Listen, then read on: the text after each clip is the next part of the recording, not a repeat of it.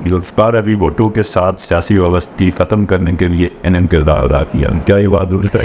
ایسا نہیں ہے. اصل میں پیپلز پارٹی جو اوریجنل پارٹی تھی وہ تو پیپلز پارٹی تھی، اور میرے آنے سے بہت عرصہ پہلے پیپلز پارٹی کے ساتھ وابستگی سردار صاحب نے ختم کر دی تھی کسی کنٹراورسی کی بنیاد کے اوپر. اور جب مجھ سے بات ہوئی تو جو مجھے سمجھ آیا بیسک اختلاف سردار صاحب کا یہ تھا، پیپلز پارٹی کے انٹرا پارٹی طریقہ انتخاب پر ان کو ہمیشہ اعتراض رہا. وہ یہ کہتے تھے کہ ریاست کے پارٹی کے جو صدر ہو وہ ریاستی کابینہ اس کو یا ریاست کے جو عہدیدار ہیں وہ اس کو منتخب کریں، نامزد نہیں ہونا چاہیے.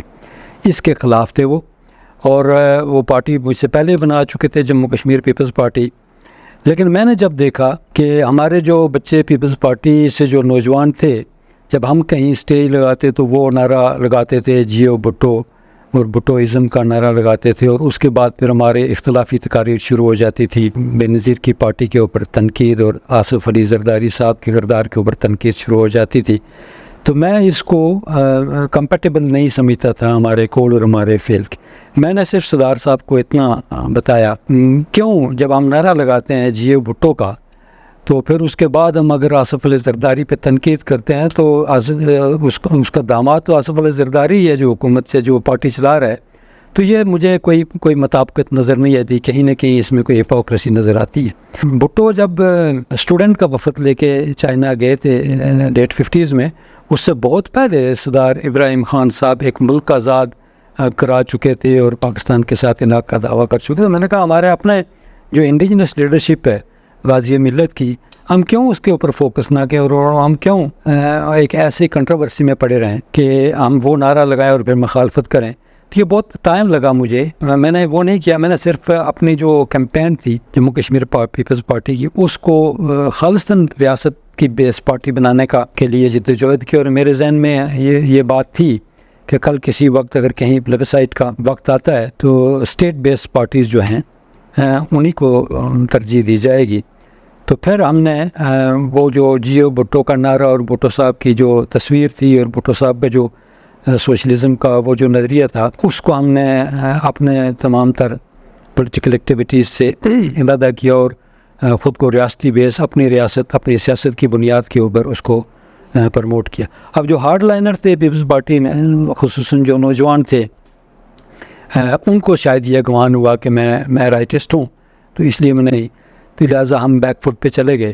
اور پھر ہم نے آہستہ آہستہ ڈارمنٹ ہوتے، کسی نے بغاؤ ضرورت بھی محسوس نہیں کی، اور ہم نے بھی اپنا بغاؤ کو اسپیس نہیں دیکھا. اس لیے ہم نے جماعت جو ہے وہ جماعت سے علیحدگی اختیار کر لی.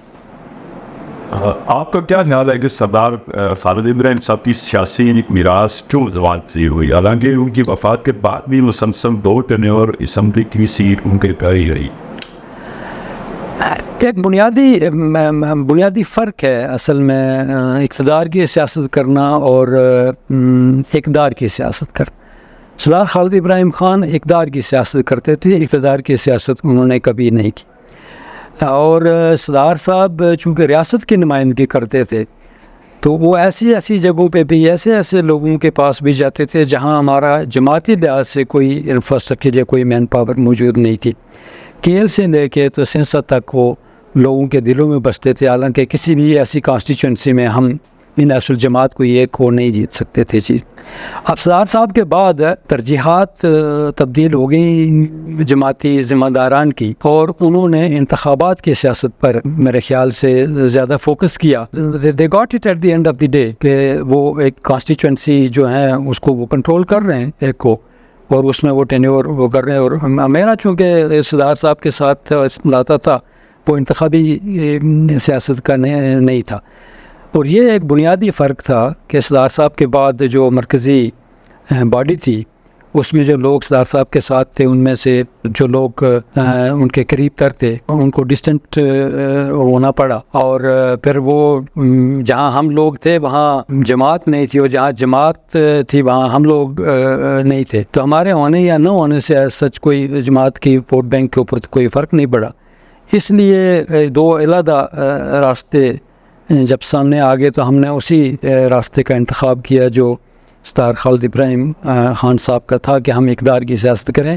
اقتدار کی سیاست ان کی میراث میں چلی گئی، اور بس یہ بنیادی فرق تھا، اور تو کوئی ایسی کوئی اختلافی بات تو تھی نہیں. ڈاکٹر صاحب ایک آخری سوال ہے کہ آپ نے JKPP سے علیحدگی کب وہ کیوں اختیار؟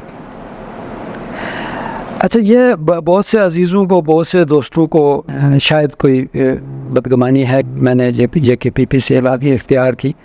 میں نے علیحدگی اختیار نہیں کی، بلکہ سردار صاحب کی وفات کے بعد اس کی ضرورت محسوس نہیں کی گئی کہ ہم جیسے لوگ جو سردار صاحب کے ساتھ تھے وہ کوئی اثاثہ ہیں اس جماعت کے. اور 3 سال تک یہ ایک ایسا لل پیریڈ گزرا جس میں کوئی ہم سے مشاورت یا ہماری ضرورت محسوس نہیں کی گئی اس پولیٹیکل فورم کے اوپر. تو 3 سال تک میں ڈارمنٹ رہا. اس کے بعد جب وہ انتخابات آئے اس میں ایک کنٹروورسی ڈیولپ ہو گئی. ہمارے ذہن میں یہ تھا کہ ہم اسی سردار صاحب کی، سردار خالد ابراہیم صاحب کی نظریاتی اساس کو لے کے تو انتخاب لڑیں. جتنا ہارنا تو بات کی بات ہے، لیکن کچھ دوستوں کا جن کا سردار صاحب کی فیملی کے ساتھ تو تعلق تھا لیکن کوئی عملی سیاست کے ساتھ کوئی تعلق نہیں تھا، ان کا خیال تھا کہ ہمیں ہر حالت میں ارد گرد کے جو لوگ ہیں بے شک وہ ہماری نظریاتی مخالف ہیں، ہم ان کی ہمدردیاں حاصل کر کے بہرحال یہ انتخاب جیتنا چاہیے. اور وہ انتخاب انہوں نے جیت لیا. تو پھر ہم نے سوچا کہ شاید آنے والا جو سیاست کا پورا دار و مدار ہے وہ کل کے انتخابات سے مشروط ہے، اور ہم ان کے انتخابات میں اس کانسٹیچوئنسی میں سچ کو اتنے مؤثر تو تھے نہیں، لہٰذا ہم بیک فٹ پہ چلے گئے. اور پھر ہم نے آہستہ آہستہ ڈارمنٹ ہوتے، کسی نے بغاؤ ضرورت بھی محسوس نہیں کی، اور ہم نے بھی اپنا بغاؤ کو اسپیس نہیں دیکھا، اس لیے ہم نے جماعت سے علیحدگی اختیار کر لی.